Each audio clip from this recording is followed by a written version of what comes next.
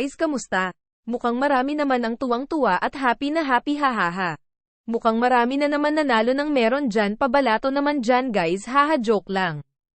Ito na nga sinasabi ko kanina na talaga magpapakitang gilas na naman si A Alternation D dahil buhat na naman niya ang kanyang team, nagtalaga lang naman niya ng 30 points, 14 rebounds at may kasama pang 3 blocks, at hindi lang yan guys, may kasama pang matinding depensa, kaya hindi basta-basta nakakapasok sa paint ang Portland. Nagtala din naman ng 18 points si Austin Reeves. Si Russell naman ay may 11th points at ganun din si Rui, si Cam Reddish naman ang talaga kumana din, kasabayan niya din si Torrance Prince. Itong maganda talaga ang rotation ni Coach Ham. Hindi na din siya paisi-isi natakot na ata sa pangbabash ng mga fans sa Twitter. Kapag gantong rotation ang ginagawa ng Lakers, talaga makakapalag sila kahit wala si LeBron James pansamantala.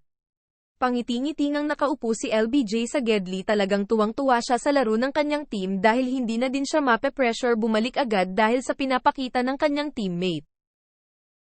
Kahit papano hindi man naging maganda ang laro ng Lakers, talagang nagbigay sila ng effort para maipanalo nila ito kahit wala si LBJ.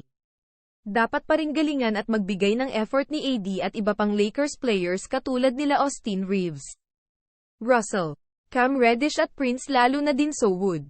Para naman makatambak sila at hindi na sila maghahabol sa fourth quarter lagi, kasi sila naghahabol, nandun na din ang walang kasiguraduhan na pagkapanalo nila laban sa mga kalaban nila Hayes. Sa Portland naman, si Jeremy Grant nagtala ng 23 points, si Ayton naman ay may 12 points lang at si Sharp naman ay may 15th points at ang kanilang legit point guard ay may 12th assist. Marami nag-akala na easy win lang sana sa Lakers, pero hindi ganun ang nangyari dahil pumalag talaga sila laban sa Lakers. Muntik pa nila masungkit ang panalo dahil halos hindi na makahabol ang Lakers, kaso mas masipag ngayon ang Lakers para ipanalo ang laban na ta. After kasi makahabol ng Lakers sa score, muntik na naman silang mahabol sa mga last minutes ng laro dahil minsan nagkakamali sila. Pero salamat na din sa effort ni Rui Hachimura at nila Prince dahil kahit papano nababawi nila kapag nakakapag-turnover ang Lakers players. Buti na lang din at naging dominante pa din si AD sa last 3 minutes dahil kung hindi mahahabol na naman sila.